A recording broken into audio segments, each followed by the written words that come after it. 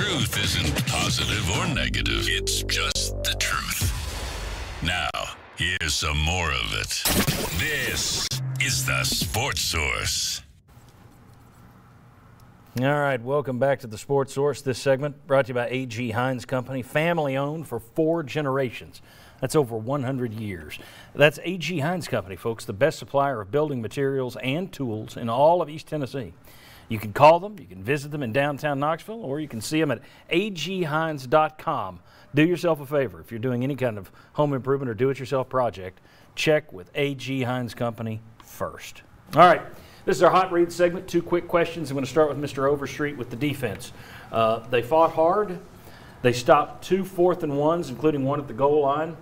Held Georgia to field goals after 2 turnovers in Tennessee side of the field in the third quarter. On the other hand, they allowed 8 of 16 third down conversions. And if you take out the bad snap, as we showed you earlier, Georgia averaged 4.5 yards per rush. Georgia also had a former walk-on at quarterback who was 4th string at one point. Was that a good day or a bad day for Tennessee's defense? I thought it was a good day. One, you lost one of your best players early in the game, and you still were able to put together some pass rush. You still were able to do some things. And overall, a lot of those stats came in the fourth quarter when this team looked at it and goes, the offense can't score anymore. We've been on the field, I don't know how many minutes, some time of possession. Yeah, they were gassed. Gassed. Mm-hmm. And so eventually you come to the edge and the end of it and you go, hey, that's when we're going to start giving up a lot of points and a lot of time. If this team had an offense that was in it and you were 30-27, I think that fourth quarter and this defensive stats go tremendously better because they think they have a chance to win. Overall, you stop a team 4th down twice. You get your ball, you're scoring points. You help that offense score, at least 14 of their 21 points, right? You put them in that position. And then you look at this, and on those 2 in the third quarter, you hold them to field goals, and when they have the ball at the 15 at one point. I thought this defense overall played a good enough game to win a game if your offense had competitiveness on time of possession and some other things. I thought they played good enough to win, so I did think they had a pretty good day. I'll push back only slightly. Okay. I'm not going to give the defense a ton of credit for the snap that was probably the worst snap I've ever seen at the college or pro level. Still, certainly good enough to win on a regular day. Yep. Do you guys agree? Was that a good day or a bad day for the defense? I do. If I were to Cavaliers, I'd say a good minus. Can you do that, Chuck? You can do it, because there were enough positive things that they did, and Will pointed out many of them. But the goal line stand I thought was very strong, and also the fact that after your offense screwed up twice at the start of the third quarter, you held Georgia to field goals. I do think they just wore out, but I thought there were enough good plays on defense to say it was a good enough effort. You did have some silly penalties in there. But I would go overall good and without much help from the offense. Yeah, and I thought Georgia was really stubborn, kept trying to run into the teeth of that defense. Didn't you guys? I thought Georgia wasted some plays and some opportunities, but Tennessee manned up. The defense played winning football for a large part of that game. That's not the reason you lost. Tennessee ran into the teeth of the defense for Georgia. I didn't think Tennessee was very creative yesterday, and that's a good lead-in to our second question. Let's go to a tweet from our own Josh Ward here. This was from back on September 21st. Jim Chaney was talking to the Knoxville Quarterback Club. He said, quote, "You're going to see Ty Chandler and Eric Gray out there all the time. If they're off the field, they've either had a heart attack or something's happened." Has anyone checked his pulse?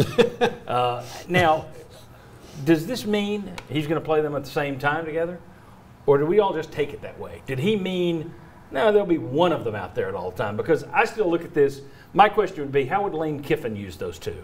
Because I continue, and we said this with Hurd and Kamara, I continue to wonder, if you've got 2 guys who are 2 of your 5 best skill people, why aren't they out there on the field together more often? Right, and you also have shown that Eric Gray is a pretty good pass receiver. He's a not good much receiver. Of a pass blocker. Not much of a pass blocker. I wouldn't put him out there for that. But, I mean, you see him, and he's able to run some routes. He's able to get open. And so you look at that and go, why can't you use him as your third receiver, basically? 2 guys in the backfield, you motion him out, now he's a wide receiver for your team. I look at it as missed opportunity again and again when you don't try to look at and go, we don't have to run necessarily offense when we have 2 great wide receivers or 3 great wide receivers. Hey, when we only have 2 good at this position, but we have 2 really good at this position, we probably need to figure out a way to get the best set of guys on the field at the same time. And I think the skill set allows that at Gray and Chandler to make that a possibility. That's something that, that can be used as a weapon.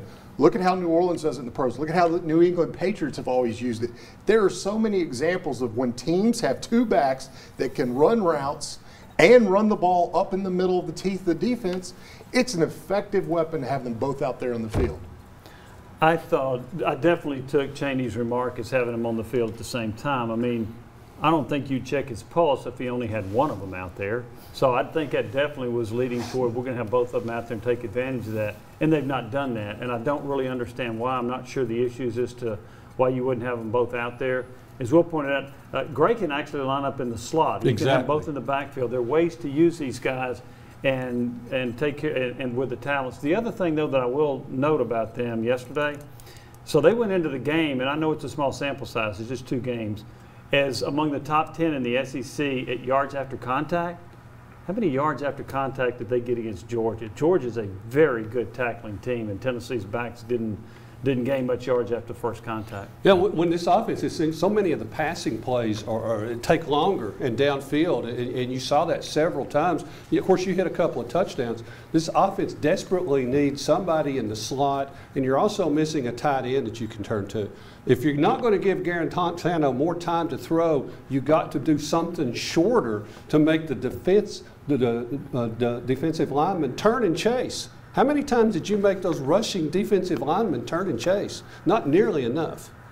Yeah, I continue to be surprised that Tennessee can have 2 versatile backs. And regardless of the head coach, regardless of the offensive coordinator, they can't seem to put them both on the field at the same time. I don't know why. All right, we have a long, long, long list of why they were stupid. That's next. Come on back on the Sports Source.